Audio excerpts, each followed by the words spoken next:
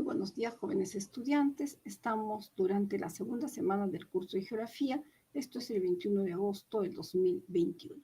En esta semana vamos a trabajar tres temas importantes: el sistema planetario solar, la Tierra y la geósfera. De esta forma, pues nosotros estamos viendo justamente en lo que se está proyectando un sistema, ¿no es cierto?, en el cual vemos de forma incandescente, pues, esta estrella solar que es la parte central, en todo caso, de nuestro sistema. Y debemos agregar aquí que cuando hablamos del sistema planetario solar, esto tiene mucho que ver con lo que hemos visto con la Vía Láctea, con nuestra galaxia, porque definitivamente el sistema es parte de esta Vía Láctea. Bueno, en realidad, trabajando, ¿no es cierto?, en función a este tema, tenemos que agregar lo siguiente. ¿Qué debemos indicar?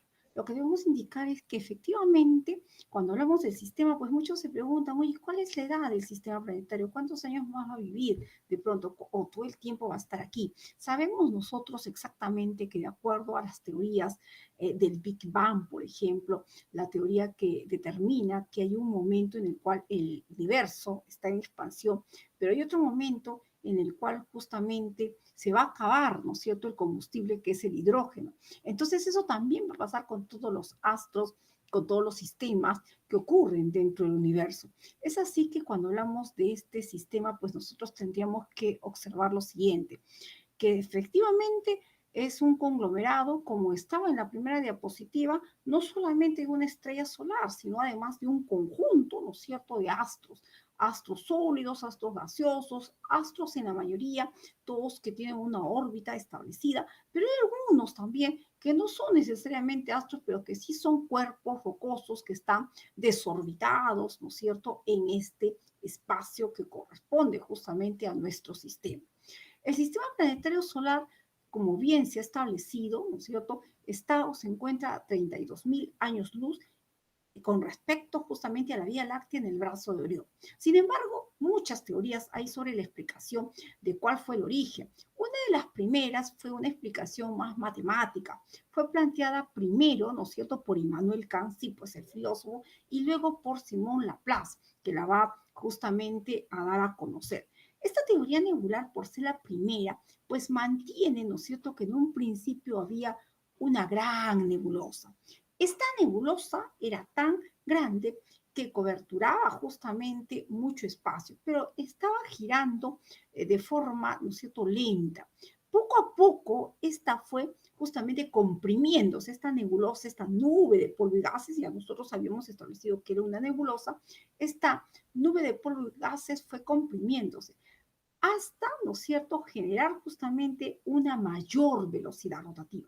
Esa mayor velocidad rotativa hizo que poco a poco, ¿no es cierto?, se fueran justamente escapando cierta masa y fueran formando lo que son los planetas y otros astros que tenemos en la actualidad dentro del sistema. Sin embargo, esa teoría cayó, justamente, dejó de tener una dejó de tener justamente, de validarse, ¿no es cierto?, el sustento, debido a que definitivamente afirmamos que el movimiento, ¿no es cierto?, fue mucho más rápido. En todo caso, se acredita que el Sol debía tener un mayor movimiento, una mayor velocidad. Sin embargo, ¿no es cierto?, esto nunca más ha sucedido porque el Sol no tiene, ¿no es cierto?, una gran velocidad en su movimiento de rotación, sino tiene una rotación promedio. Entonces, esta situación desacreditaría justamente esta teoría nebular. Otra de las teorías que se empezaron a plantear fue justamente la de Moulton, ¿no es cierto?, que luego fue justamente desarrollada por Chamberlain, así que esta teoría es la teoría de las mareas, o como ustedes lo están viendo justamente en la diapositiva, la teoría planetesimal. La teoría de Moulton y Chamberlain termina mencionando lo siguiente, que efectivamente, ¿no es cierto?, siempre ha estado el Sol siempre ha estado allí, pero que alrededor de ese Sol, ¿no es cierto?, muy cerca de ese Sol en realidad, pasó una gran estrella de gran tamaño, ¿no?, mucho más grande que el Sol, porque el Sol es una estrella, pues debemos recordar, no muy grande, algunos han considerado que es pequeña, otros han considerado que es mediana, según los últimos alcances, pues dice que tiene el tamaño de ser una estrella pequeña, de tono amarillenta, blanquecina. Sin embargo, independientemente de ello, ¿no es cierto? Esta teoría de las mareas determina que hubo una gran estrella de gran tamaño que pasó muy cerca a esta estrella solar, nuestra estrella solar. No se chocó con ella porque si no lo hubiese destruido, sino simplemente que al estar muy cerca, pues esta, que tenía una mayor acción gravitacional, hizo que se influenciara en esta pequeña y se desprendiera cierta materia, ¿no es cierto? Se elevara como una marea, como una lengua, como una marea, y luego se pudiese desprender cierta materia de esta estrella solar.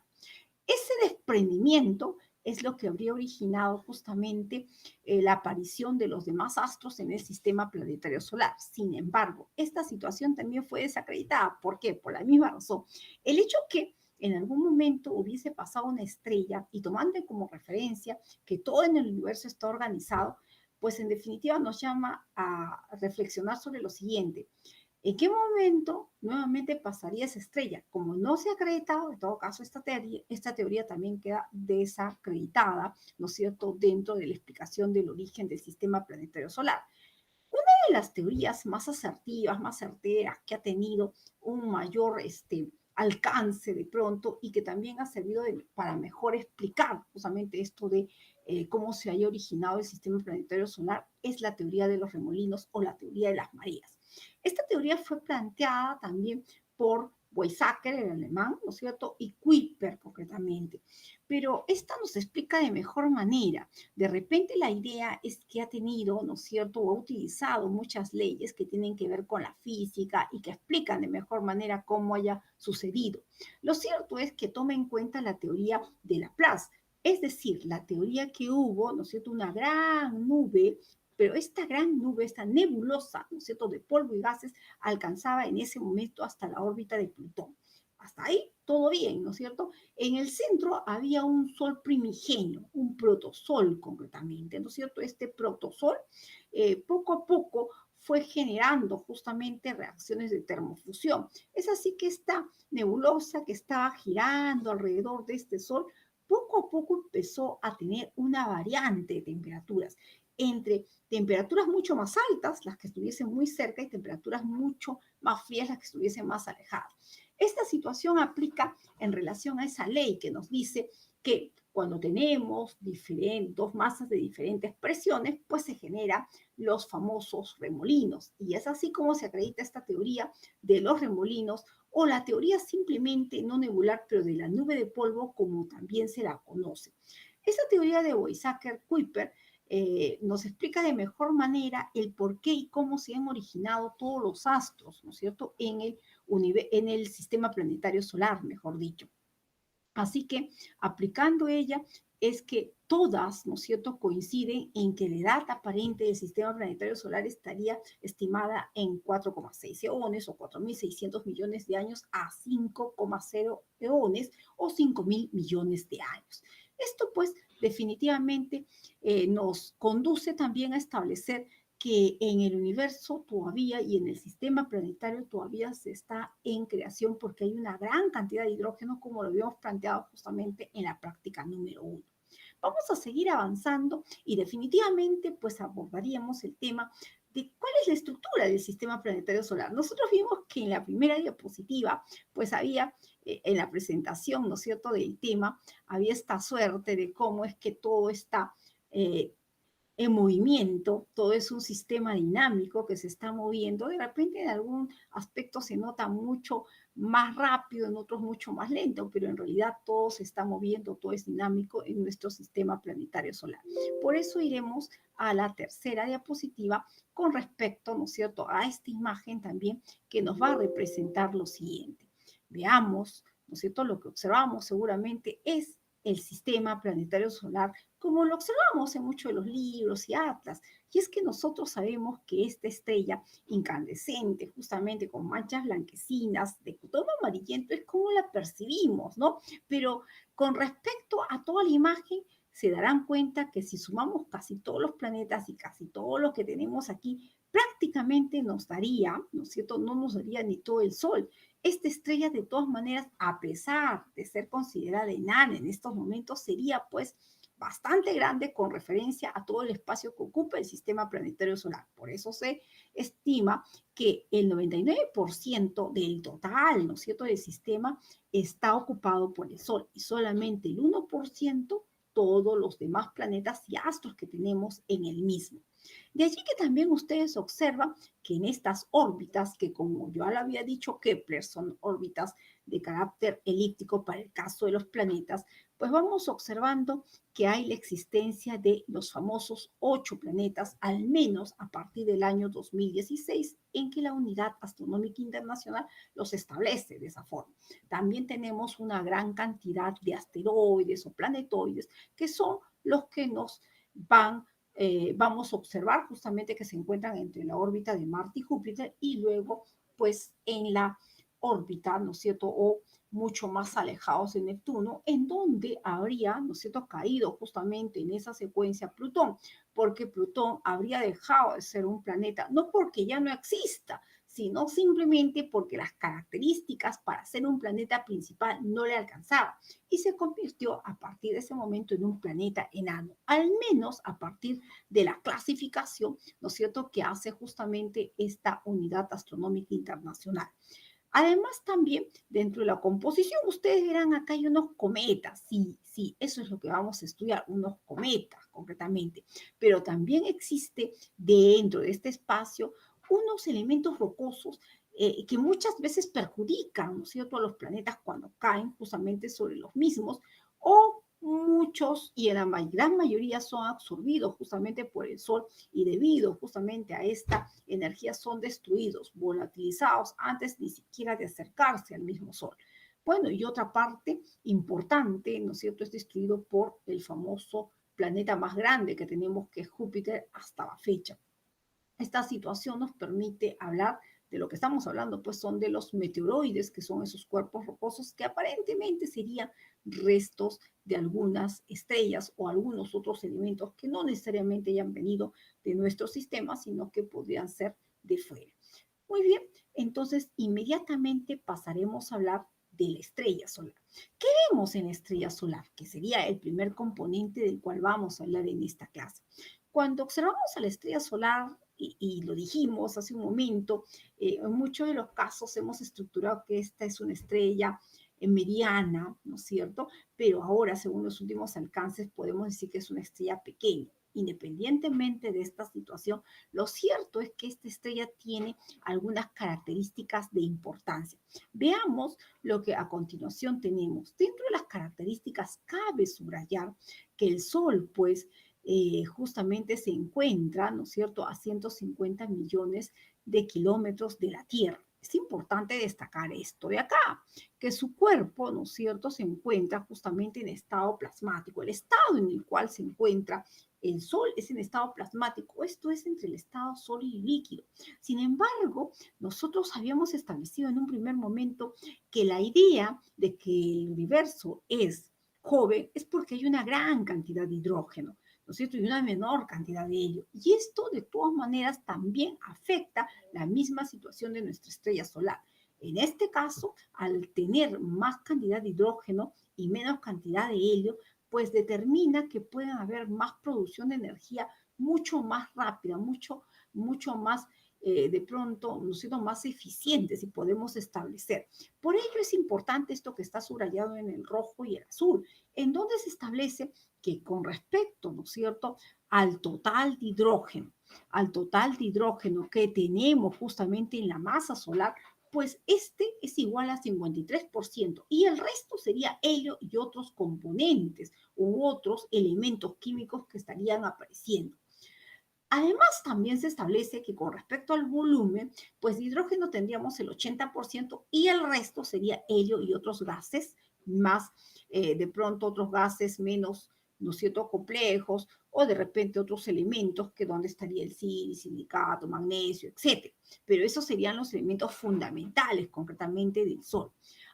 También debemos mencionar que, así como de pronto se estableció que muchas estrellas pueden ser que ya ni siquiera existan, pero que nosotros recién las estemos observando, ¿no es cierto? Justamente la estuvimos observando justamente en la Tierra. ¿Por qué razón? porque la luz, ¿no es cierto?, justamente de las estrellas tarda en llegar hacia nuestro planeta. Es así que la estrella solar, justamente, también su luz tarda en llegar a nuestro planeta y tarda en llegar 8 minutos 18,9 segundos. También debemos establecer que la parte central del Sol fundamentalmente está estructurada de elemento líquido. Y eso es importante, ¿no es cierto?, para tenerlo presente. Una de las cosas que seguramente están observando es esa característica, esas partes del Sol. Y es que entre las partes del Sol nosotros tenemos cuatro fundamentalmente para efectos de septo solamente, ¿no? Tenemos la parte central, medular, justamente el núcleo, y tenemos, vamos a enumerarlas en este momento, tenemos lo que es la fotosfera, tenemos la cromosfera y tenemos la corona. Entonces nosotros podríamos establecer que nosotros tenemos cuatro partes dentro de la estructura solar. Esas cuatro partes están estructuradas por las siguientes funciones también. El núcleo es la parte más profunda, ¿no es cierto?, más amplia que tiene el Sol. Es una parte que está en estado líquido fundamentalmente en un 95%, pero que allí se registra la mayor temperatura de 15 a 20 millones de grados centígrados. Pero eso no es lo más importante. Lo más importante es que aquí en el núcleo solar ocurren las reacciones de termofusión.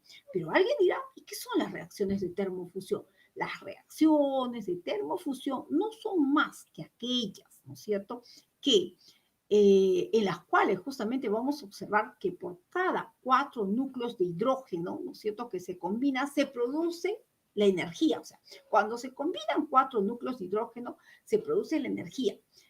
Pero al producirse la energía, que es vital justamente para la existencia de todos los elementos en el sistema planetario solar, pues ya dejan de ser 4 núcleos de hidrógeno. Y no es que quede un núcleo de hidrógeno, sino simplemente este hidrógeno pasa a ser, ¿no es cierto?, helio. Y se convierte en esos 4 núcleos de hidrógeno en una molécula de helio. Esto es lo que ocurre, ¿no es cierto?, dentro de nuestro núcleo. Por eso que es importante lo que pasa en el núcleo solar. Allí está la producción de energía. Dadas estas condiciones, la importancia de por qué el tener más hidrógeno es muy, ¿no es cierto?, destacable, justamente subrayarlo. En ese sentido, pues, mientras más hidrógeno tenemos en el núcleo solar, pues mayor cantidad de energía se estará produciendo. Sin embargo, envolviendo, ¿no es cierto?, envolviendo justamente este núcleo, porque el núcleo no lo vemos, está esto que muchos han conocido como la superficie solar. Esta superficie solar es la que envuelve al núcleo y se conoce como la fotosfera. La fotosfera no tiene una temperatura tan inmensa, ¿no es cierto?, de 15 millones de grados centígrados, sino alcanza más o menos unos 5.500 grados centígrados en promedio. Sin embargo, aún así es bastante alta. Lo importante de la fotosfera, que significa esfera de luz, pues es que justamente esta fotosfera puede ser percibida a simple vista desde la Tierra. ¿No es cierto? Es la que cuando nos dicen, oye, mira el sol, mira cómo se está poniendo, eso es lo que vemos, a la fotosfera, la superficie solar. Esta fotosfera está representada por algunas manchas oscuras, ¿no es cierto? Manchas oscuras como las máculas, que se notan así porque allí hay una zona muy fría. Ahí están las famosas máculas, ¿ya? Zonas muy frías que llegan a tener una temperatura de 4.000, 4.500 grados centígrados, ¿no? Como se ha estimado. Pero además de tener unas zonas muy oscuras, tenemos unas zonas muy brillantes. Y estas zonas muy brillantes son las que se conocen como las famosas fáculas. Así como tenemos las máculas, que son las zonas frías, ¿no es cierto?, medias negruzcas, pues también tenemos las fáculas, que son las zonas brillantes, en todo caso, en el Sol. Estas zonas brillantes, estas máculas, concretamente, ¿no es cierto?, también tenemos que mencionar que es aquí donde se originan las famosas lenguas de fuego, chorros de hidrógeno, las protuberancias, ¿por qué no mencionar de esa forma? Pero además, ustedes observan aquí, y como lo ven en su material también, ¿no?, como se ha subrayado en el material que se les ha entregado, pues observan que la fotosfera tiene como una especie granular de granos de arroz, ¿no es cierto?, como lo dice Walter Alba, pero como también, ¿no es cierto?, se ha estimado por otros, es como si estuviese la salsa de tomate en ebullición, ¿no?, más o menos comparándola, así más o menos se observa justamente la superficie, ¿no es cierto?, una superficie de la fotosfera granular, como aparentemente granos de arroz o como si la salsa de tomate estuviese en ebullición. Bueno, Definitivamente esa es la esfera de luz. Pero si seguimos avanzando, nosotros envolviendo a la fotosfera, nosotros tenemos la cromósfera. La cromósfera viene a ser lo que va a envolver a toda la fotosfera, pero no es una parte que se pueda percibir a simple vista, no, definitivamente solamente se percibe cuando hay eclipses totales de sol, solamente allí. Y es en ese momento cuando se percibe como una gran circunferencia rojiza. Por eso que cromósfera viene de esfera de color. Sin embargo, ¿cuál es la importancia de la cromósfera? Muchos han señalado, ¿no es cierto?, que la cromósfera tiene una temperatura de más o menos unos 8.000 a 10.000 grados centígrados. Algunos dicen que 7.000, ¿no? Bueno, esa es de pronto las precisiones que pueden dar algunos datos sobre la cromósfera. Pero lo cierto es que la cromósfera no se puede observar y además constituye para la gran mayoría, en este caso sí, ¿no es cierto?, prácticamente todos, que esta sería la atmósfera interna del Sol.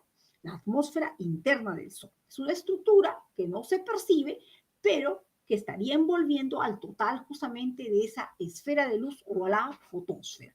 Entonces la cromósfera o en la cromósfera vamos a notar fundamentalmente esos chorros de hidrógeno que se habían formado justamente en la fotosfera alcanzan, ¿no es cierto?, van a alcanzar hasta la cromósfera.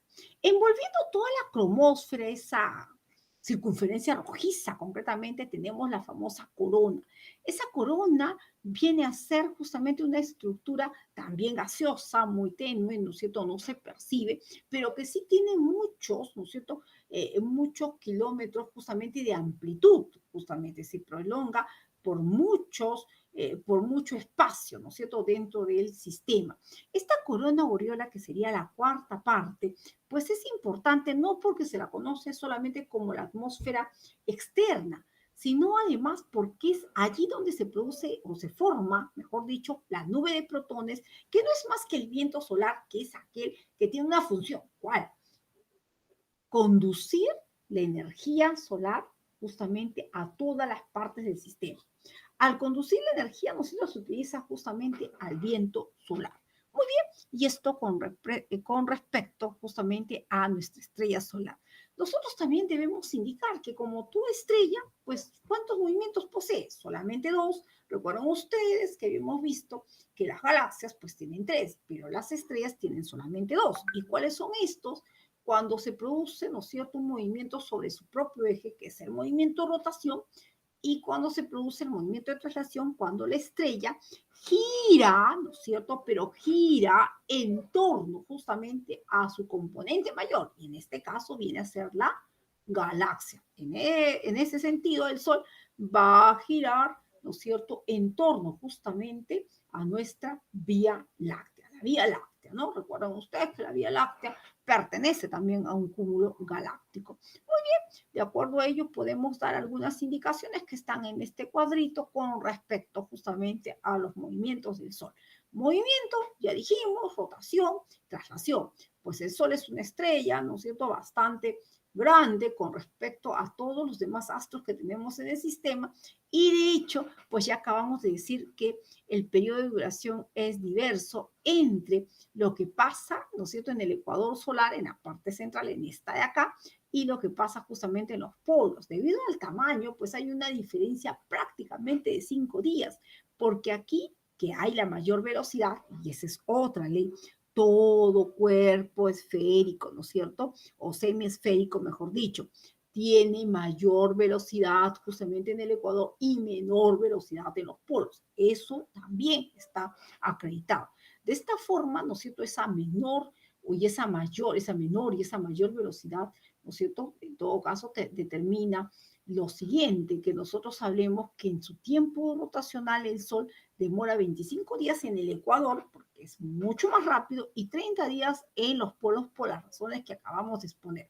La característica fundamental es que se desplaza a una velocidad de 275 kilómetros por segundo. Definitivamente, cuando hablamos de la traslación, nosotros precisamos que la traslación no es más que el momento en el cual el Sol gira, pero en torno a la galaxia. Y es en ese momento en donde podemos apreciar dos situaciones. Hemos dicho que más o menos se encuentra a 32.000 años luz el sistema planetario con respecto al centro de la galaxia. De esta forma, a veces, ¿no es cierto? Como está aquí representado, ¿no? A veces el Sol está más cerca al centro de la Vía Láctea. Y cuando el Sol está más cerca al centro de la Vía Láctea se llama perigaláctico. Y a veces el Sol está mucho más alejado del centro de la Vía Láctea. Y cuando está más alejado se llama apogaláctico. Y esto con referencia a la traslación solar. Pero hay que indicar además, como allí dice, el tiempo es igual a 225 millones de años, lo cual constituye un año cósmico. Un año cósmico es 225 millones de años, lo que constituye justamente este movimiento de traslación del Sol. Otra condición importante, ¿no?, que no podemos dejar de precisar es la constitución dentro del sistema de los planetas. Con la primera, ¿no es cierto?, con la primera imagen de estructura justamente del sistema, vimos pues esta composición y sería bueno que retornemos justamente a esa diapositiva para que nosotros empecemos acá a prefijar cuáles son esas condiciones. Hemos dicho que planetas viene de planetes, que significa errante o vagabundo también. Bueno, así lo concebían las primeras culturas. De esta forma, ahora con esa reestructuración sabemos que tenemos dos características de planetas. Unos que son los planetas principales, que son todos estos que estoy rodeando en este momento, todos estos que son 8, y otros que son los planetas enanos, que son los que estoy señalando y que están justamente en esta imagen. De esta forma, cuando hablamos de planetas principales, hay algunas características que debemos saber.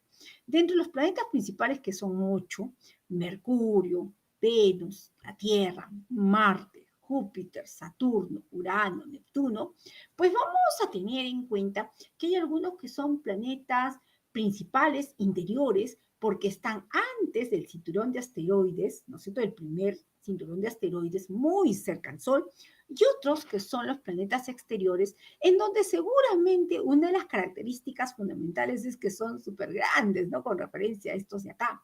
Hemos dicho que son 8, ¿no? 4 principales interiores y 4 principales exteriores. Muy bien. En este sentido, pues, vamos a ir observando que dentro de esos principales, estos 8, estos 4 interiores tienen algunas características generales a todos los planetas interiores. ¿Y cuáles son esas características? Esa es la pregunta del mío. Las características son las siguientes. Todos los planetas principales interiores son sólidos, ya son sólidos. Y son más pequeños, son sólidos, pero son más pequeños. Y es que como son sólidos, son más pequeños, también son más calientes por estar más cerca. Son condiciones que van apareciendo, ¿no? Por simple lógica y por la relación que estamos observando. Pero además también hay una característica puntual a todos los planetas principales, pero interiores, que están mucho más pegados al Sol, ¿eh? Es esta de acá, su periodo orbital o su movimiento de traslación alrededor del Sol, ¿no? El periodo orbital de Mercurio, de Venus, de Tierra y Marte, ¿no?, es mucho más corto que el periodo orbital de los otros planetas, es decir, los planetas principales exteriores. Y es mucho más corto, ¿por qué? Porque están mucho más cerca al Sol, así que cuando dan la vuelta en torno al Sol, pues es una vuelta mucho más pequeña. En cambio, los planetas exteriores, estos planetas que no son sólidos, sino que son gaseosos, y que no son pequeños, sino que son grandes, con referencia a los primeros, pues demoran más tiempo en su periodo orbital. Lógico, porque están mucho más alejados. Pero de pronto eso no es la única característica y la más representativa, y de repente la que más nos llama la atención. La que nos va a llamar la atención es que los planetas, ¿no es cierto?, estos principales, que son sólidos, que son pequeños, ¿no es cierto?, pues tienen una condición importante con respecto a su movimiento o eh, a su movimiento de rotación, a ese el que se produce cuando giran sobre su propio eje. Porque el movimiento rotacional de los planetas principales, ¿no es cierto?, y que son interiores, es mucho más lento que el movimiento de rotación de los planetas exteriores, que es mucho más rápido. De esta forma, pues las características de los planetas exteriores es que se mueven más rápido que los planetas interiores. ¿Y por qué razón? Porque estos son gaseosos, porque tanto Júpiter, Saturno, Urano y Neptuno son, pues, ¿no es cierto?, gaseosos. Son grandes, pero son gaseosos. En todo caso, rápidamente giran sobre su propio eje. Muy bien, sobre los mismos planetas principales de carácter o de condición interiores o exteriores, podemos añadir de pronto algunas condiciones importantes que pasaremos a decir inmediatamente. Hay que mencionar que en el caso de los planetas, ya sabemos que esos son los interiores y estos son los exteriores, pues a Mercurio se le asigna que es el planeta que está plagado de cráteres, pero fundamentalmente el tono medio quemado, medio oscuro, no sé, algunos decían medio anaranjado, pero en realidad es medio quemado el tono que tiene, pero se le asigna que es el planeta que tiene la mayor amplitud térmica. Pero ¿cómo es que tiene la mayor amplitud térmica? Y es que las variaciones de temperatura entre el día y la noche, ¿no es cierto? Por ejemplo, en el día puede llegar a tener una temperatura de 320 grados centígrados, y chévere. Pero en la noche puede llegar a obtener 180 grados centígrados bajo cero en la noche, lo cual de todas maneras determina que este sea el planeta de la mayor amplitud térmica. Venus es un planeta muy parecido geomorfológicamente por las formas de relieve a la Tierra, por eso se lo conoce como el gemelo de la Tierra.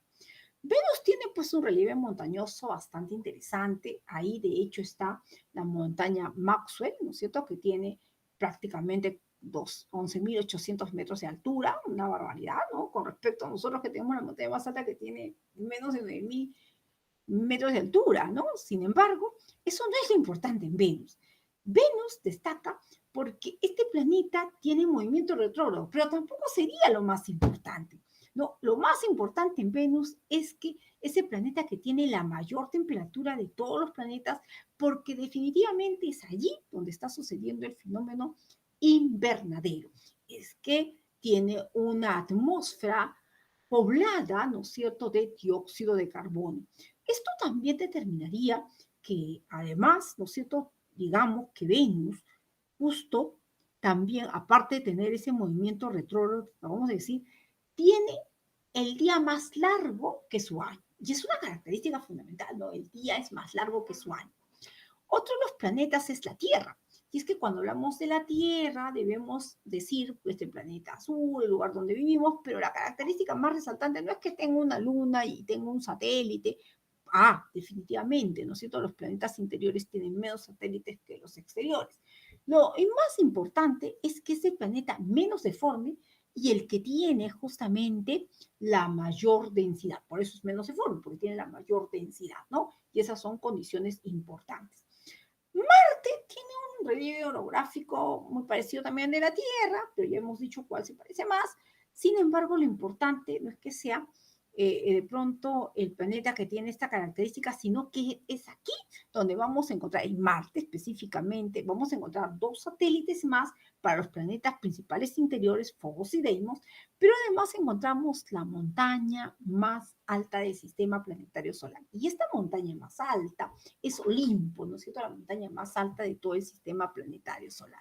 Bueno, de esta forma tenemos pues ya una estructura de cuáles son los planetas principales interiores y cuáles son los planetas principales exteriores. Pasamos ahora a ver los planetas no principales exteriores. Júpiter primero. Ya hemos dado indicaciones generales, pero también habría que agregar que todos los planetas exteriores, principales exteriores, poseen anillos, en muchos de los casos no se nota, pero sí tienen una gran cantidad de satélites, que alcanza más o menos la cantidad de 300 satélites. Y es importante mencionar ello porque con respecto a algunas condiciones podemos decir que el más grande de todos es Júpiter, pero además que Júpiter, la característica esencial es que tiene el movimiento rotacional más rápido, ¿no es cierto?, más rápido de todo el sistema planetario solar, menos de 10 horas. 9 horas con 56 minutos le corresponde a Júpiter. También se le conoce como el coloso, ¿no es cierto?, porque atrapa la gran cantidad de meteoroides. Pero en definitiva, ¿no?, Júpiter pues se le asigna una cantidad más o menos de 67 satélites en el momento. Ya 67 satélites, todavía sigue siendo el satélite, no sabemos, el satélite más grande. Es el que descubrió Galileo Galilei, ¿no es cierto?, en su tiempo con su lente cóncavo. Ganímedes sigue siendo el satélite más grande que encontramos en todo el sistema planetario solar y es de Júpiter. Además, también se observa una mancha, ¿no es cierto?, media rojiza, anaranjada, que podría ser producto de las tormentas ciclónicas que allí están ocurriendo. Por otro lado, tenemos a Saturno.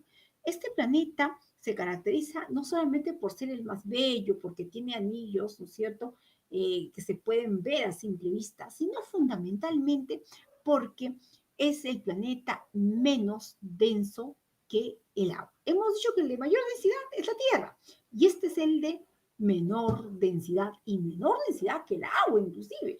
Por eso Walter Alba muchas veces decía, oye, este planeta tiene tan poca densidad que muy bien podría flotar encima del océano. Claro, eso es imposible, pero podría suceder esta condición. Además, también tenemos que acreditar que hasta el momento, ¿no es cierto?, se ha observado que hay 200 satélites en promedio, de los cuales solamente 61 satélites tienen una órbita fija y definida, ¿no? En todo caso, son 200 satélites más o menos en promedio, acreditando que Saturno es el planeta que tiene la mayor cantidad de satélites. Muy bien, luego tenemos, ¿no es cierto?, Urano. Luego, Urano tiene una característica importante, ¿por qué? ¿No? Porque vamos a observar que casi todos los planetas exteriores son gaseosos y están compuestos de hidrógeno y metano, pero fundamentalmente Urano se lo percibe de tono verdoso por ese contenido, ¿no es cierto?, de metano justamente en el planeta. Urano se caracteriza, ¿no es cierto?, porque tiene una gran cantidad también de satélites, ¿no? Superior justamente superior, bueno, tiene 2, 5, ¿no es cierto? Tiene prácticamente más de 20 satélites, igual que en el caso de Neptuno, que supera los 10 satélites en promedio, pues vamos a ir observando que Urano también cuenta con esos anillos, pero estos anillos son poco visibles. Otra de las condiciones, y que tiene abundante metano, ¿no es cierto?, que ya lo habíamos subrayado, pero también que posee un movimiento retrógrado, como también lo había hecho Venus, ¿no? Venus tiene esa característica. Así que como Venus es de movimiento retrógrado entre los principales interiores, Urano también tiene esa misma característica.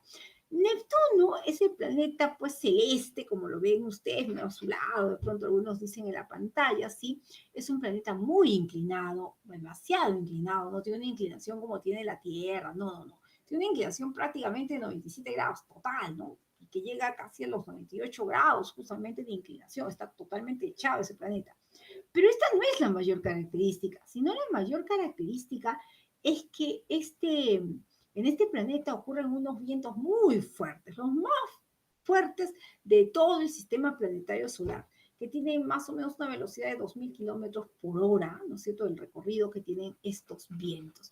De esta forma, nosotros podemos encontrar también justamente otros planetas que no son los principales, ¿no? Que como ya lo establecimos, son planetas como planetas, ¿no es cierto?, enanos, como lo que es Ceres, Plutón, o de pronto Makemake, Eris, Nix, ¿no es cierto?, y otros más que tenemos fundamentalmente después de Neptuno, pero excepcionalmente tenemos a Ceres, ¿no es cierto?, como un planeta enano, al menos a partir del año 2006, ¿no es cierto?, de la mitad del medio, ¿no es cierto?, del 2006 más o menos a partir de julio en adelante, nosotros tenemos esta condición, agosto, ¿no? Fundamentalmente esta condición que cambia la configuración de lo que nosotros concebíamos o teníamos como construcción de lo que pasaba justamente en cada uno de estos astros, ¿no? Que supuestamente algunos no eran planetas, sino eran asteroides, que es el caso de Ceres,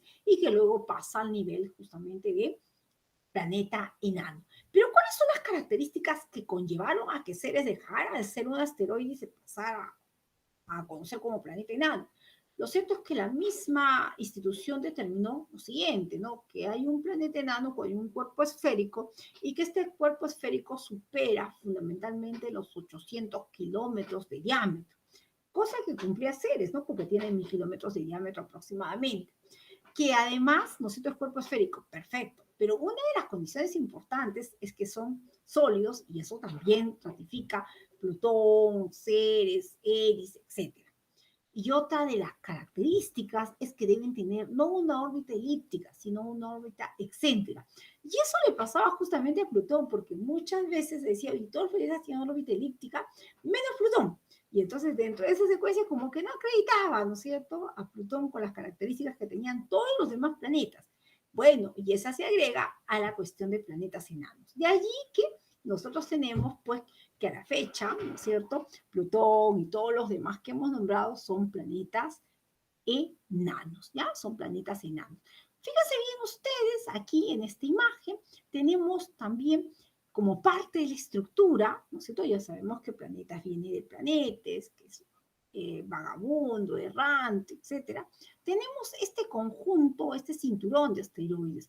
En un principio solamente conocíamos este entre Marte y Júpiter, pues no le conocíamos este que ahora se conoce como Kuiper o Kuiper simplemente, ¿no? Y dadas esas condiciones, más o menos se estimaba que teníamos unos 40.000 asteroides. A estos asteroides también se los conocía como planetoides porque eran parecidos a planetas, ¿no? Porque todos tenían, o se suponía que todos tenían una forma esférica, aunque no, esto no es cierto, ¿no? Esto no es cierto. Bueno, porque algunos son medios rectangulares, otros tienen la forma de un reloj, por ejemplo, como Héctor, ¿no? Y así pues tenemos varias condiciones. Sabemos que en la actualidad son dos los asteroides más grandes que tenemos, el caso de Vesta y el caso de Pallas, ¿no? El caso de Vesta y Pallas, que son los más grandes asteroides que podemos registrar, al menos hasta este momento, ¿ya? Hasta este momento. Bueno, pues hay que mencionar que la mayoría, ¿no es cierto?, de los asteroides conocidos los tenemos pues entre Marte y Júpiter, pero hay otros que están apareciendo justamente en el cinturón de Kuiper o los que están después de Neptuno. ¿Ya? Esa es una condición importante. Bueno, ya sabemos los asteroides. Una cuestión que me había olvidado de precisar cuando hablábamos justamente de los acompañantes, que es parte de la estructura del sistema. Todo planeta tiene sus acompañantes, por ejemplo, en el caso de Saturno, tremendo, una variedad, son 200, acompañantes o satélites con que cuenta Saturno.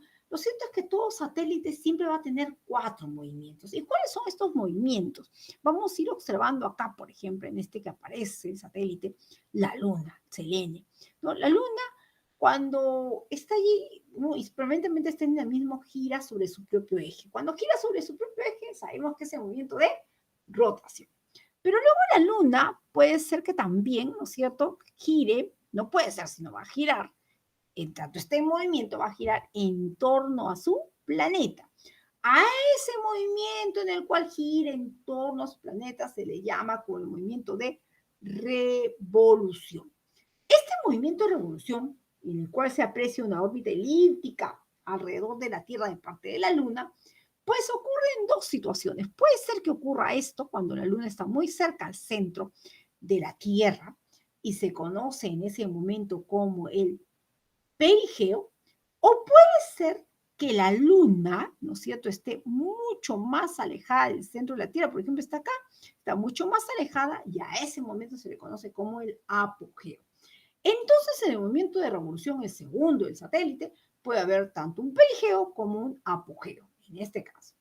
Pero también, ¿no es cierto?, hay otro movimiento, porque dijimos que los satélites tienen 4 movimientos. Hay un movimiento de balanceo, de cabeceo, balanceo. Esta se da debido a la acción gravitacional, ¿no es cierto?, justamente que ejerce sobre el satélite el Sol y el mismo planeta, generando justamente esta situación de balancearse, ¿no es cierto?, el mismo satélite. Y por último está este movimiento de traslación que el satélite acompaña a la Tierra en el movimiento de traslación alrededor del Sol. Ahí está el movimiento de traslación también de la Luna o de los satélites, como quisiéramos llamar. Entonces, todos los satélites tienen 4 movimientos. Uno, cuando está sobre su eje, rotación. Cuando gira alrededor de su planeta, revolución. Libración, producto de la atracción. Y el movimiento de traslación, cuando gira acompañando a su planeta alrededor del Sol. Y esos son los 4 movimientos con los cuales se cuenta. Seguramente alguien dirá, ¿hay otros astros más? Claro que sí, por supuesto. Por ejemplo, aquí están los cometas. Cometa viene de estela, que es estrella con cabellera o estrella cabelluda. Se estima que los cometas vienen a ser los astros más pequeños que tenemos en el sistema, porque tienen 100 kilómetros de diámetro solamente. Además, se sabe que los cometas, ¿no es cierto?, tienen su fuente, su origen, justamente muy alejados del sistema, muy alejados justamente del Sol y de Neptuno y del cinturón de Kuiper, mucho más alejados, bueno, justamente por el astrónomo Oort, ¿no es cierto?, se dice pues que hay como una nube de polvo y gases que envuelve a todo el sistema para que no sea afectado. Es a esta nube que se le conoce como la nube de Oort, que podría ser el lugar de origen de los cometas, ¿ya? El lugar de origen de los cometas. Lo importante aquí es que cada cometa no es muy grande, sino es muy pequeño en realidad. Claro, siempre y cuando no llegue a la órbita de Júpiter. Y es que ocurre lo siguiente, los cometas también tienen órbitas, ¿no es cierto? Unas órbitas prefijadas, justamente que secuencialmente van teniendo cada 3 años, 7 años, 100 años, etc. Y en este caso, nosotros los cometas son pequeños hasta la órbita de Saturno. Y una vez que llegan a la órbita de Júpiter, antes debo de agregar que todo cometa está estructurado a partir de roca más hielo, elementos sólidos solamente, roca más hielo. Pero cuando atraviesan la órbita, ¿no es cierto?, la órbita de Júpiter, están atravesando en medio de la órbita de Júpiter, aparecen varias situaciones. Primero, que se produce el efecto de la sublimación del núcleo. La sublimación del núcleo no es más que la sublimación del cometa, ¿no es cierto? La sublimación del cometa. El paso del cual, ¿no es cierto?, todo lo que está en estado sólido pasa al estado gaseoso. Ah, correcto, si pasa del estado sólido al gaseoso, quiere decir que el cometa, por el efecto de sublimación, ¿no es cierto?, específicamente la roca y el hielo se convierten en polvo más gases. Así que el cometa, después de tener una sola parte permanente, luego empieza a aparecer en esta órbita las demás partes. Envolviendo al cometa, alrededor de todo el núcleo, aparece la coma, aparece la cabellera, ¿no es cierto?, justamente una larga cabellera, y aparece justamente una larga cola.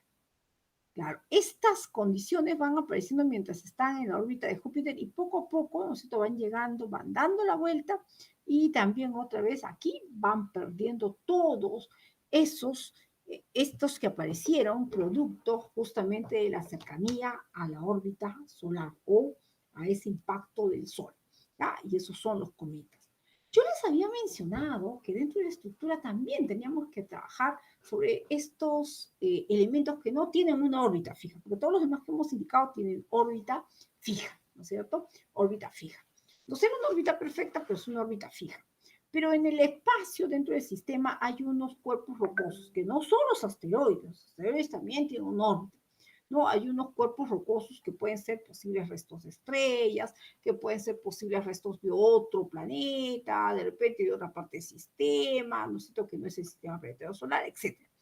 Estos cuerpos que no tienen órbita son cuerpos que están desorbitados, no tienen órbita fija y son conocidos como los meteoroides. Yo les informaba que muchos de estos meteoroides son atraídos por el Sol y son absorbidos, volatilizados, son absorbidos por Júpiter y también son absorbidos para no poner en peligro todo lo demás. Sin embargo, estos meteoroides muchas veces pues no llegan a Júpiter, no llegan al Sol, simplemente ingresan, ¿no es cierto?, a la atmósfera. Vamos a suponer que acá está la Tierra. Ingresando a la atmósfera terrestre, los meteoroides ingresan a la atmósfera terrestre, ¡pum!, se ingresan a la atmósfera terrestre y ocurre que este meteoroide, una vez que ingresaba a la atmósfera terrestre, se convierte en meteoro. Cuando se convierte en meteoro, meteoro significa, ¿cierto?, significa justamente fenómeno luminoso. Fenómeno luminoso, ¿no es cierto? Se produce el fenómeno luminoso. Y hablaremos de lo siguiente. Y acá tenemos justamente estas diapositivas, ya hemos hablado de ello, y podemos observar esto de acá. Entonces aparecen una vez que se chocan, ¿no es cierto? Van ingresando estos meteoroides del espacio sideral y atraviesan la atmósfera, ¿no es cierto? Van atravesando, van rompiendo con una fuerza tal, van rompiendo la atmósfera, se va produciendo, se va activando la volatilización para proteger a la Tierra de estos elementos que están en la atmósfera. Y pues este fenómeno luminoso se puede presentar en diferentes clases. Puede ser que sean, ¿no es cierto?, que tenga una explosión muy espantosa, muy fuerte, un solo sonido y se forma un bólido, un meteoro como bólido. O puede ser que este sea un poco, no es que sea tan débil, sino un meteoro brillante, un conjunto, ¿no es cierto? Y empiezan justamente a observarse en el cielo. A esto se conoce como las bolas de fuego. Puede ser que de repente no sean esos meteoros y producto de la volatilización, no van a llegar a la superficie, no van a chocar con la superficie. En la misma atmósfera se van desintegrando y se van prendiendo chispitas y se apagan. A eso se conoce como las estrellas fugaces. Y esos tipos de meteoros son los más débiles que existen. Y podría darse también como algo intermitente, ¿no es cierto? Producto de la volatilización, intermitentemente van bajando lucecitas y se le conoce como la lluvia de estrellas. Sin embargo, también habría que aclarar que cuando de pronto estos meteoros, ¿no es cierto?, han chocado contra la atmósfera, pues no se han detenido y han seguido avanzando por la fuerza que tienen y ¡plum! Se han chocado con la superficie terrestre. Puede darse ese caso. Y si se chocan con la superficie terrestre, pues ya no son meteoros, sino ahora son, ¿no es cierto?, meteoritos. O sea, el hecho de que sea un meteorito es que se choca con la superficie terrestre. De esta forma podemos tener siderolitos, aerolitos, etcétera, ¿no? Cada uno de estos meteoritos, esos que se chocan contra la superficie terrestre, se caracterizan porque están estructurados por elementos químicos, ¿no es cierto?, más densos o menos densos. Por ejemplo, si hay un siderito, ¿no es cierto?, si hay un meteorito siderito, en este va a predominar el fierro y el níquel. Si es un siderolito, va a predominar fierro y silicatos. Y si es un aerolito, va a predominar todo, ¿no es cierto?, y nada, porque todo va a estar en estado de descomposición. Lo que va a tener es una situación muy pétrea, ¿no es cierto?, terrible, concretamente cuando llega a chocarse con la superficie terrestre. El detalle está que estos meteoritos justamente no es que sea una rareza su caída, ¿no? Recuerden ustedes que estos van a ser la causa de la desaparición de los dinosaurios, pero no he yendo muy lejos, pues en muchas partes del mundo han caído meteoritos, causando, impactando en la vida social, la vida económica, ¿no es cierto?, de una población. Bueno, pues, ¿no? Tenemos también que hubo meteoritos que cayeron, bueno, un meteorito que cayó por Puno, ¿no es cierto? No afectó a nadie, pero cayó y causa a veces movimientos sísmicos debido a este choque, ¿no es cierto? Rápido, tremendo, que da el meteorito cuando impacta contra la superficie terrestre. Bueno, y luego hablaremos, hasta aquí tenemos lo que es la secuencia del sistema planetario solar para inmediatamente avanzar hacia lo que es la Tierra y la geósfera. No, rápidamente estamos en la Tierra y la geósfera. Con respecto a ello, tenemos que mencionar lo siguiente. Ustedes están observando allí unos gráficos que tienen que ver con el movimiento de la Tierra, ¿no es cierto? Y ven que, pues, esas imágenes, ¿no?, que están en movimiento, y ven cómo es que permanentemente hay un dinamismo. La Tierra siempre está moviéndose, ¿no? Hay varios movimientos que tiene la Tierra, pero lo primero que tenemos que saber, oye, ¿qué es la Tierra finalmente? Es nuestro planeta, es el planeta azul, es el planeta que tiene la menor, ¿no es cierto?, de pronto, más que la menor deformidad, ¿no es cierto?, que tiene, porque tiene la forma más perfecta, es el planeta que tiene la mayor densidad. Y esta densidad es igual a 5,52 gramos por centímetro cúbico, lo cual determina que nosotros tengamos, ¿no es cierto?, una menor deformidad. Tiene un solo satélite, ¿cierto? Muchos y cientos de satélites artificiales.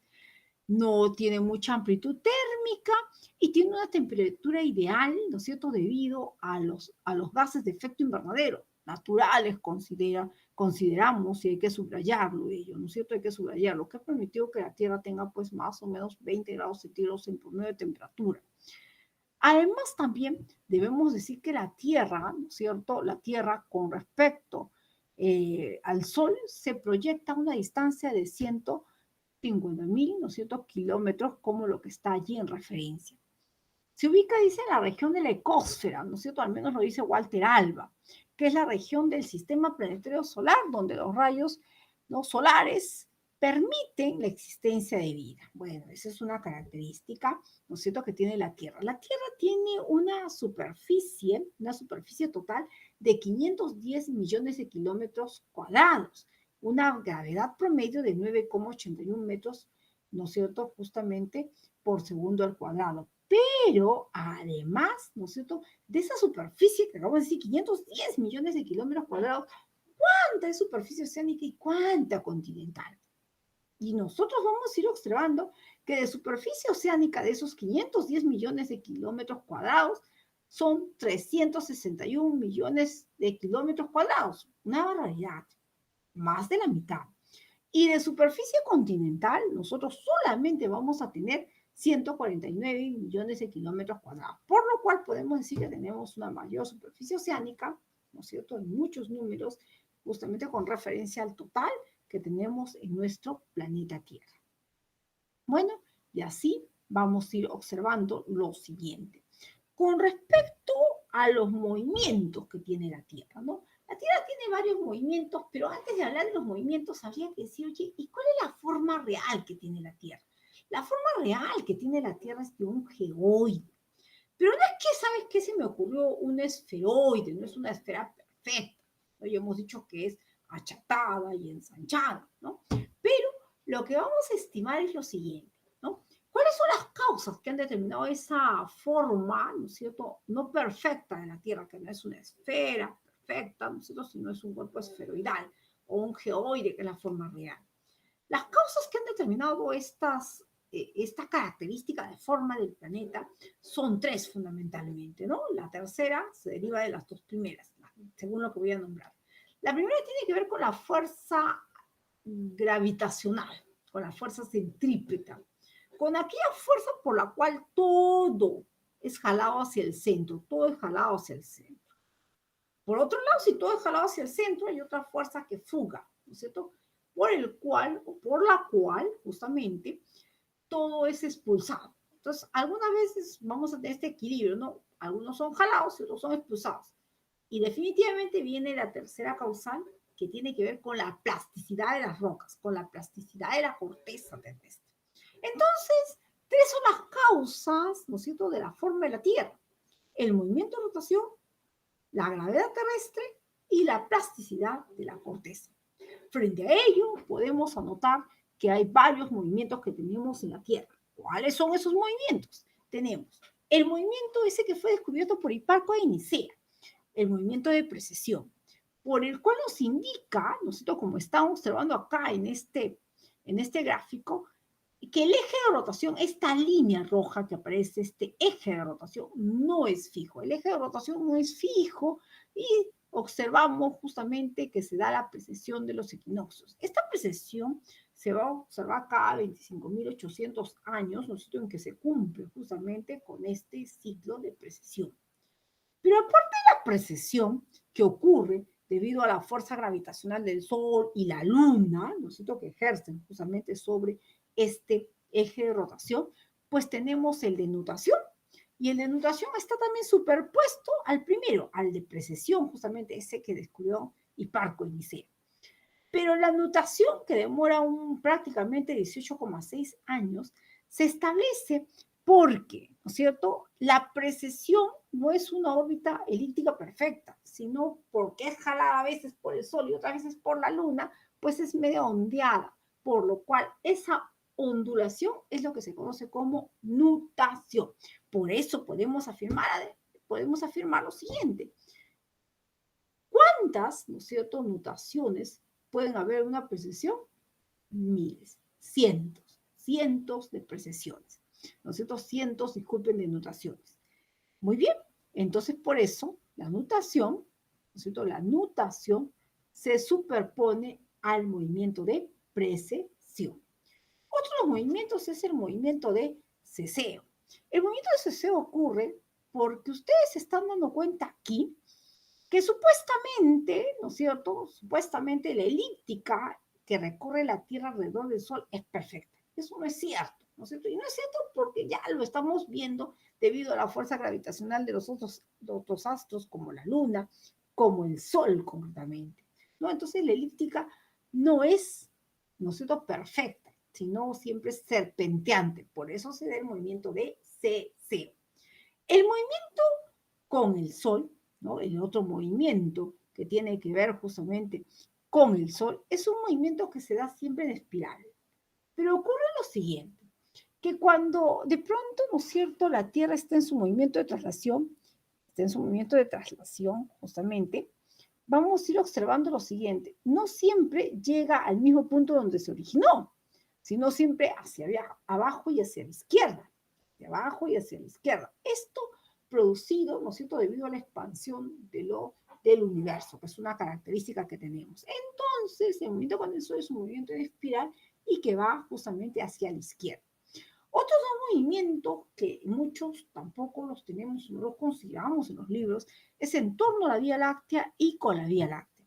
En torno a la Vía Láctea es el movimiento que nosotros habíamos sostenido, que tiene el Sol en su movimiento de traslación. Y con la Vía Láctea es producida porque como el universo está en proceso de expansión, la galaxia también se está alejando, nunca ocupa el mismo lugar. Por ende, el sistema y en general la Tierra pues no va a ocupar el mismo espacio, nunca va a llegar a ocupar el mismo espacio.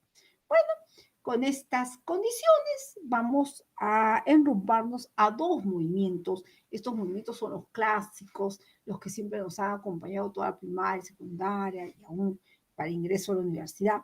Y son el movimiento de rotación y el movimiento de traslación. Primero, hablaremos de rotación. El movimiento de rotación, ¿no es cierto?, se caracteriza por, como está allí en ese gráfico, ¿no es cierto?, se caracteriza por lo siguiente, por tener una dirección de oeste a este, porque la velocidad, que como es un planeta bastante pequeño, no va a haber muchas diferencias, pero hay una diferencia, en el ecuador terrestre es de 28,16 kilómetros por minuto, recuerden ustedes, y en los polos es una menor velocidad, ¿ya? Eso también tenemos que tener. Así el tiempo rotacional es de 23 horas, 56 minutos, 04 segundos. Y la inclinación, ¿no es cierto?, porque la Tierra no es que esté perfecta, sino está bien inclinada, ¿no?, es de 23 grados, 27 minutos y 30 segundos. Muy bien, luego tendremos que, bueno, como todo hecho fenómeno, ¿no es cierto?, tiene algunas características, pero estas van determinando algunos efectos, algunas consecuencias, justamente, ¿no? Y dentro de las consecuencias, de hecho, está la producción o la sucesión de días y noches.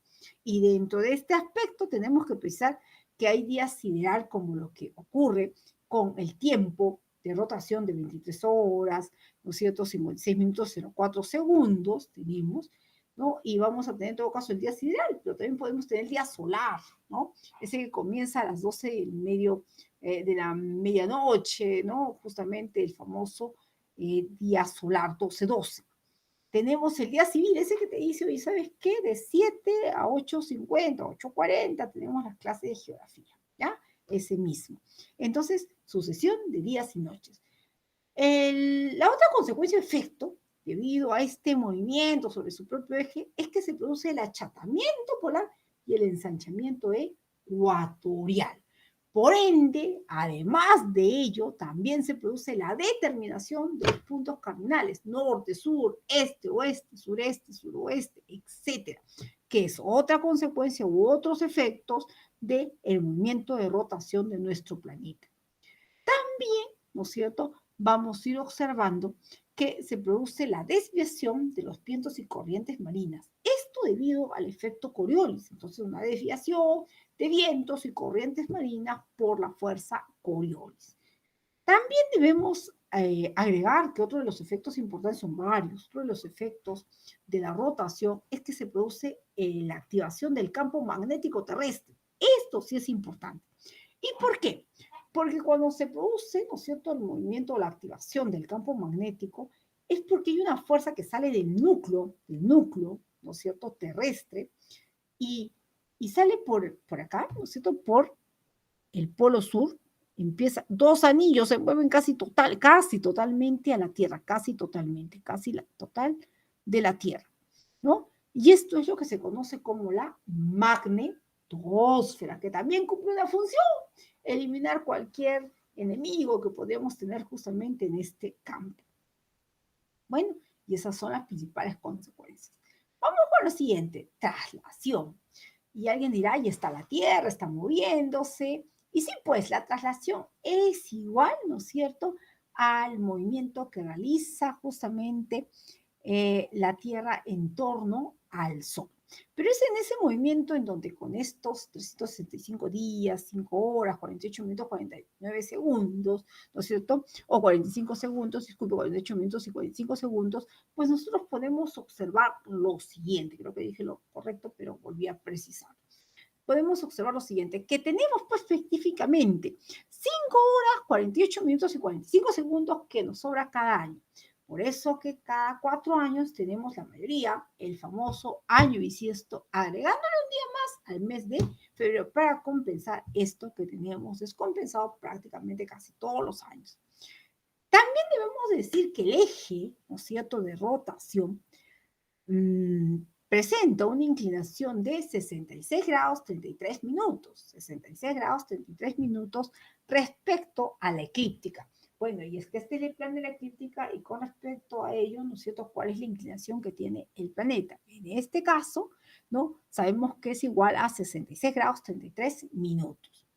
Bueno, y hay efectos, y esos efectos son bastante interesantes, ¿no es cierto? Primero que si en el otro se sucedían los días y las noches, acá se produce el año, ¿no es cierto? Se produce la producción del año.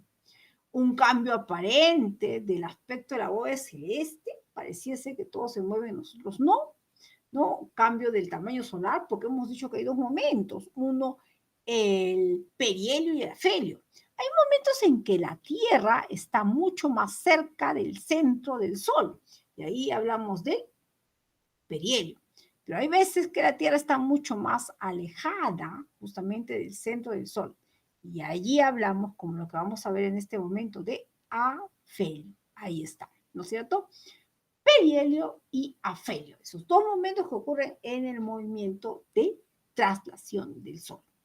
Bueno, de traslación no del Sol, sino de traslación de la Tierra en relación al Sol, ¿ya? Porque también el movimiento del Sol tenemos otro movimiento también del Sol, ¿no es cierto?, que es un movimiento de traslación con respecto justamente a la Vía Láctea. Pero aquí ya sabemos que la Tierra, ¿no es cierto?, que gira alrededor del Sol, una vuelta elíptica, que esta no es tan perfecta como acabamos de mencionar, pues lo importante es que se produce justamente la existencia de 3 zonas climáticas, 3 zonas térmicas, que son las que estamos estableciendo. Si bien es cierto, acá tenemos en el Ecuador, tenemos la menor latitud, ¿no es cierto? La menor latitud 0 grados, 00 minutos, 00 segundos, ¿no? Y entonces tenemos la menor latitud. Y pues allí, ¿no es cierto?, dentro de los 0 grados latitud hasta los 23 grados 27 minutos en ambos hemisferios, hasta la zona de los trópicos, vamos a observar la zona tropical, la zona tórrida, la zona, ¿no es cierto?, de una gran humedad, porque ocurre una gran cantidad de precipitaciones. Encima de esa zona tórrida tenemos la zona templada en ambos hemisferios. Y encima tenemos la zona polar también en ambos hemisferios. Recordando justamente que específico hay en una zona o hay en 2 zonas de nuestro planeta que ocurre la producción del día artificial. ¿Cómo así la producción del día artificial? Hemos dicho que una de las condiciones, no lo hemos dado todavía, y es lo que está en el gráfico, es que se produzcan las estaciones. Entonces, las estaciones siempre son opuestas por hemisferios. Sin embargo, ¿no?, aquí tenemos que tener en cuenta lo siguiente. ¿Por qué se produce la producción? ¿Por qué se llama esa producción del día artificial? Y es que en los polos nosotros no tenemos 4 estaciones, sino tenemos 2 estaciones. Y estas 2 estaciones están determinadas por 6 meses de invierno, 6 meses de verano. Sabemos además que solamente a los 0 grados 00 minutos 00 segundos tenemos 12 horas de día y 12 horas de noche. En tanto estamos en verano acá, las horas de día se van incrementando hasta alcanzar en el Polo Norte, por ejemplo, con el ejemplo, por lo que estamos mencionando, mire, valga la redundancia de términos, que si estamos en verano, ¿no es cierto?, allí en el Polo Norte, en el Ártico, se van a observar las 24 horas de sol. Las 24 horas el sol va a estar allí, ¿no es cierto?, porque es verano, ya va a estar. se va a observar 24 horas. Nunca se va a poner, siempre va a estar allí. Siempre, siempre, ¿no es cierto? Todos esos 6 meses, no siempre, sino los 6 meses que estamos refiriendo, ¿ya? Entonces ya tenemos, ¿no es cierto?, esa condición, esa característica, ¿no?, de producción del día artificial. Por lo tanto, esto que el sol no se pone, ¿no es cierto?, y va a estar las 24 horas prácticamente acompañando, ocurre fundamentalmente en los países que están en el Ártico, porque es allí donde tenemos espacios continentales, ciudades, personas, ¿no? Y esto estamos hablando de Canadá, Groenlandia, Finlandia, Suecia, ¿no es cierto?, que están en ese lugar. Por otro lado, ¿no es cierto?, por otro lado, y eso se llama producción del día artificial, porque si estuviesen en la parte de la Antártida, simplemente 6 meses, pero totalmente de noche, porque el sol ni se va a aparecer ni media hora, nada, no aparece el sol para nada, ¿no? No aparece. Y esto justamente también es lo que se conoce como la producción de día artificial, porque en ese caso estaríamos hablando de 6 meses de invierno, ¿no? Porque arriba era verano y acá abajo es invierno.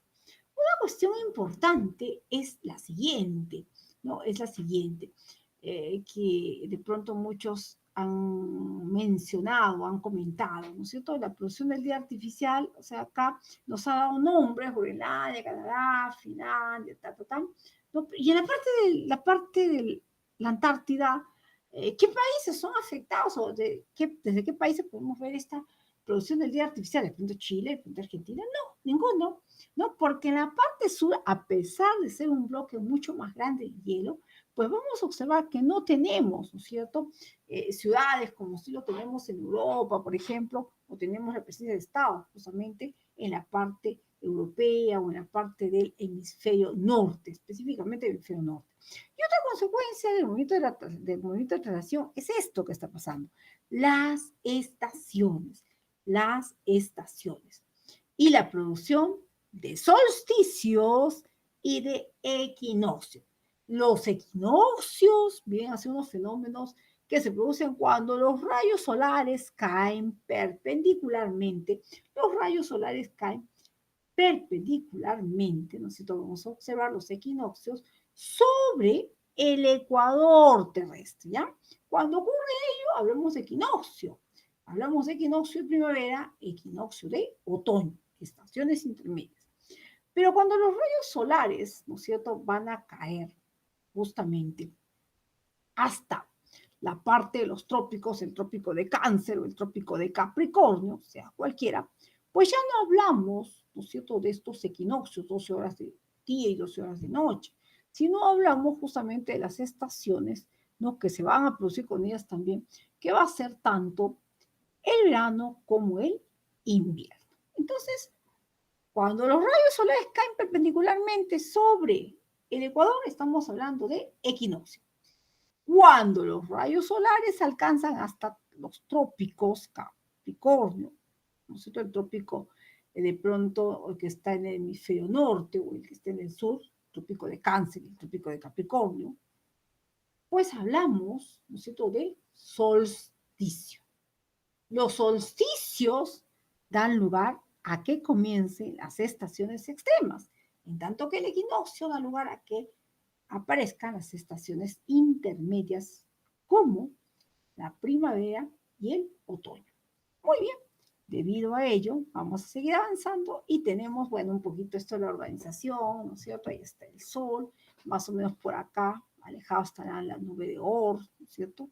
Y ahí está, miren, fíjense cómo se va moviendo, cómo se va comportando, justamente va moviendo, todo está en movimiento permanentemente y va sucediendo pues esto que estamos observando, ¿no? Y diferentes constelaciones se van pudiendo observar desde la superficie terrestre.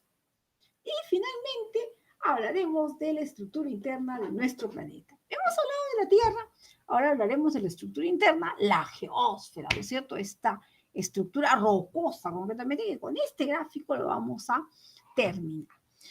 La geósfera viene a ser justamente la parte interna. Está estructurada por 3 capas. La litosfera, que es la capa más delgada, que llega a tener de 5 a 60 kilómetros aproximadamente, claro, en algunos espacios mucho más delgada, a veces mucho más amplia, mucho de mayor espesor. Se conoce también como costra, se conoce como corteza, se conoce como ciésfera, ¿ya? Es la litosfera. El manto es la capa intermedia, se llama mesósfera también, y bueno, es la capa, ¿no es cierto?, que está entre la litosfera y el núcleo. El núcleo es la capa de mayor espesor, la capa de mayor espesor. Tiene varios nombres: varísfera, por estar sometido a fuertes presiones; endósfera, por ser la capa más interna; nife, por estar constituido de níquel y fierro, ¿no? Y así vamos encontrando justamente esas diferentes denominaciones.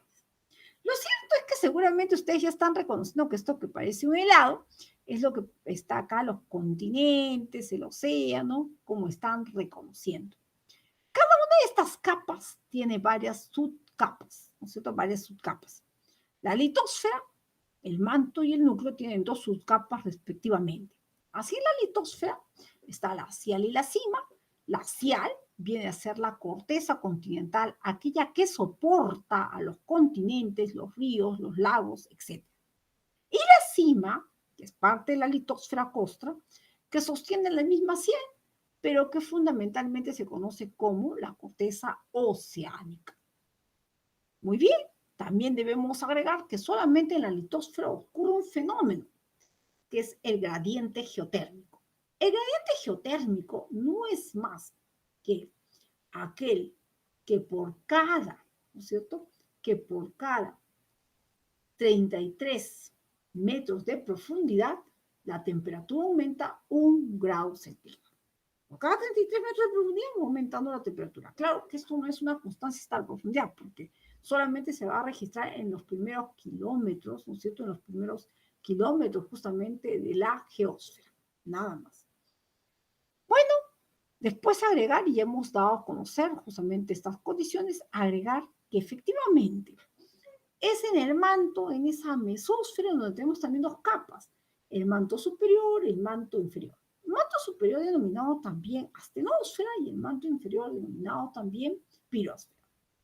Es en esta astenósfera en donde vamos a observar el movimiento de las placas tectónicas, pero es en el manto inferior, entre el manto inferior y el manto superior, entre la pirosfera y astenósfera, que la parte de la pirosfera en la parte superficial aquí se constituye, ¿no es cierto?, justamente la masa magmática, ¿no es cierto? Se constituye justamente lo que va a ser la naciente de los volcanes también, ¿ya? De los volcanes. Entonces ahí tenemos a la pirosfera. Y luego tenemos pues una parte muy amplia, ¿no? Muy amplia. Ah, me estaba olvidando, el manto se encuentra en estado plasmático. Luego tenemos una parte muy amplia, mucho grosor, núcleo externo, núcleo interno, tomando en consideración que es en el núcleo interno donde vamos a encontrar la mayor densidad de todo nuestro planeta. Llega a 13,6 gramos por centímetro cúbico la densidad que tenemos en el núcleo interno. Pero eso no es lo más importante. Lo más importante es que acá se produce la activación del campo magnético terrestre, ¿ya? Eso es importante. Y que el núcleo varísfera, endósfera, nífera, ¿no es cierto?, está constituido en un 95% en estado líquido. Eso es lo que queríamos comunicar con respecto a la estructura interna, para luego decir que hay una separación entre cada capa principal, litosfera, manto, manto, núcleo, y entre cada subcapa, que está determinada por las discontinuidades. ¿Qué son las discontinuidades? Vienen a ser los espacios, ¿no es cierto?, los espacios de transición o vacíos que hay entre cada capa y entre cada subcapa. Bueno, con referencia a ello, debemos decir lo siguiente, que entre la litosfera y el manto, nosotros vamos a tener una discontinuidad, y esta discontinuidad se conoce como la discontinuidad de Mojo-Lubezki. La discontinuidad de Mojo-Lubezki es aquella que se produce entre las capas principales, entre la litosfera y el manto. Y la otra discontinuidad entre el manto y el núcleo, la discontinuidad de Gutenberg. Por lo tanto, hay dos discontinuidades principales y tres discontinuidades secundarias. Estas secundarias son las que se aprecian entre cada una de las subcapas. Por ejemplo, hemos dicho que en la corteza, en la costra, hay dos subcapas, cial y cima. Por lo tanto, la discontinuidad entre la cial y la cima no es más que la discontinuidad de Conrad. La discontinuidad de Conrad es aquella que está entre la corteza continental y la corteza oceánica. Entre la astenosfera, manto superior, y la pirósfera, manto inferior, tenemos la discontinuidad de Repetio. Y en la parte interna, ¿no es cierto?, entre el núcleo externo y el núcleo interno, tenemos la discontinuidad de Wecher-Lehmann. Muy bien, en todo caso son 5 las discontinuidades, 2 para las capas principales y 3 para las capas, ¿no es cierto?, que hay dentro de cada capa principal, las subcapas también, como podemos anunciar. En todo caso, esto es lo que corresponde justamente a la segunda semana. La práctica, ¿no es cierto?, ya está, justamente ya tenemos las alternativas y también las puede recoger, ¿no es cierto?, de su aula virtual en donde ya se ha precisado. Bueno, hasta aquí corresponde a la clase de la segunda semana del curso de geografía del CEPU, ¿no es cierto?, de la Universidad Nacional Jorge Basadre Grom.